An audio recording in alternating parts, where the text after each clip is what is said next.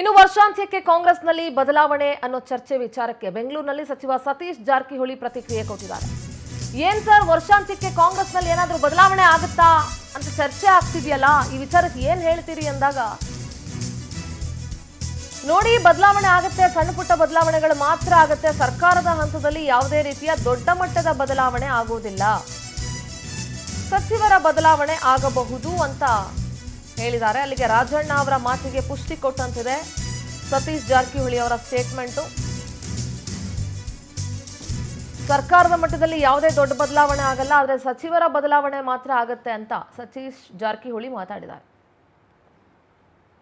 ಅದು ಯಾವಾಗ ಏನು ಮಾಡ್ತಾರೆ ಯಾರು ಗೊತ್ತು, ಯಾವ ಬದಲಾವಣೆಗಳು ಏನೇನು ಮಾಡ್ತಾರೆ, ಯಾವ ನಿರ್ಣಯಗಳನ್ನು ಅದು AICC ಬಿಟ್ಟಿದ್ರು. ನಾವು ಹೇಳುವಂಥ ಅಗತ್ಯ ಕೂಡ ಇಲ್ಲ ಅದಕ್ಕೆ. ಬಿಜೆಪಿ ಕೂಡ ಅಧ್ಯಕ್ಷರ ಬದಲಾವಣೆ ಚರ್ಚೆ ನಡೀತಾ ಇದೆ. ಅದನ್ನ ನೋಡ್ಕೊಂಡು ನಿಮ್ಮಲ್ಲಿ ಬದಲಾವಣೆ ಆಗುತ್ತಾ?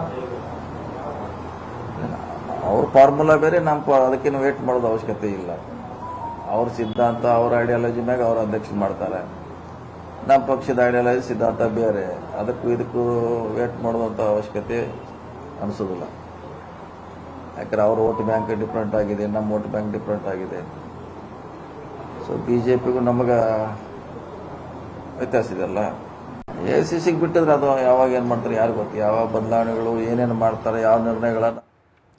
ಸತೀಶ್ ಜಾರಕಿಹೊಳಿ ಅವರ ಮಾತುಗಳನ್ನ ಕೇಳ್ತಾ ಇದ್ರಿ.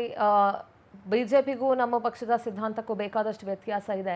ಏನೇ ನಿರ್ಧಾರ ತಗೊಂಡ್ರು ಹೈಕಮಾಂಡ್ ತೆಗೆದುಕೊಳ್ಳುತ್ತೆ, ನೋಡೋಣ ಯಾರನ್ನ ಏನ್ ಮಾಡ್ತಾರೆ, ಏನ್ ಬದಲಾವಣೆ ಆಗುತ್ತೆ ಎಲ್ಲವನ್ನ ಕಾದ್ ನೋಡ್ಬೇಕಾಗುತ್ತೆ. ಆದ್ರೆ ಸರ್ಕಾರದ ಹಂತದಲ್ಲಿ ಯಾವುದೇ ದೊಡ್ಡ ಮಟ್ಟದ ಬದಲಾವಣೆ ಆಗಲ್ಲ, ಸಚಿವರ ಬದಲಾವಣೆ ಆಗಬಹುದು ಅಂತ ಸತೀಶ್ ಜಾರಕಿಹೊಳಿ ಒಪ್ಕೊಂಡಿದ್ದಾರೆ. ಒಟ್ಟಿನಲ್ಲಿ ಕಾಂಗ್ರೆಸ್ನಲ್ಲಿ ಒಂದಿಷ್ಟು ಬದಲಾವಣೆ ಆಗುತ್ತೆ ಅನ್ನೋದು ಇದರಿಂದ ದೃಢಪಡ್ತಾ ಇದೆ.